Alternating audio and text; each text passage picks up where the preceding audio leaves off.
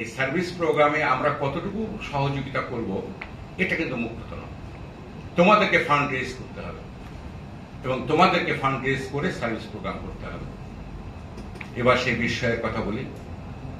এবছর এই যে বন্যা হলো, আমাদের লিওরা, লিও ক্লাব অফ ঢাকা ওএসএস 4.5 লক্ষ টাকা সংগ্রহ করেছে তারা।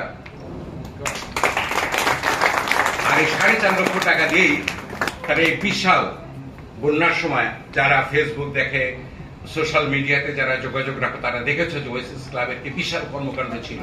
চাঁদপুরে, কুমিল্লাতে, আরো বিভিন্ন জায়গায় তারা যেভাবে কাজ করেছে, ফলে তারা আমাদেরকে মুগ্ধ করে, আমরা মুগ্ধ হই তাদেরকে দেখে। সময় কম, বলতে গেলে অনেক কিছু বলতে হয়, কিন্তু বেশি বলতে চাই না।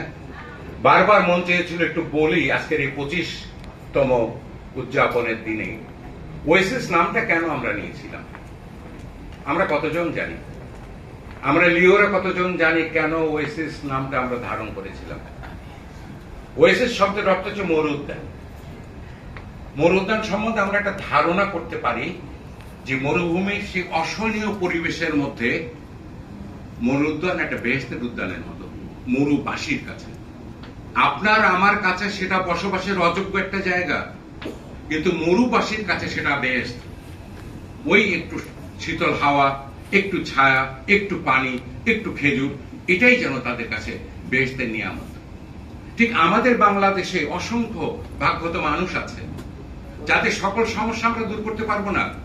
ঠিক মরুদ্যান মরুবাসীর সকল চাহিদা মেটাতে পারেনি, আমরাও বাংলাদেশের সকল চাহিদা মেটাতে পারবো না। আমরা ঠিক তাদের কাছে মরুদ্যানের মতো একটু স্বস্তি নিয়ে যেতে চেয়েছি। ওএসএস ক্লাব সেবার জগতে তাই মরুদ্যান হতে চেয়েছে ভাগ্যত মানুষের কাছে।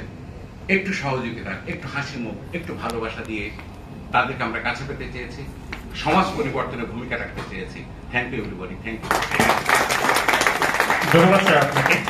এখন বক্তব্য প্রদানের জন্য বিনীত অনুরোধ করছি অনুষ্ঠানের বিশেষ অতিথি, organiser Leo club of Dhaka OSS, প্রাক্তন জেলা সভাপতি, প্রাক্তন মাল্টিপল জেলা সভাপতি এবং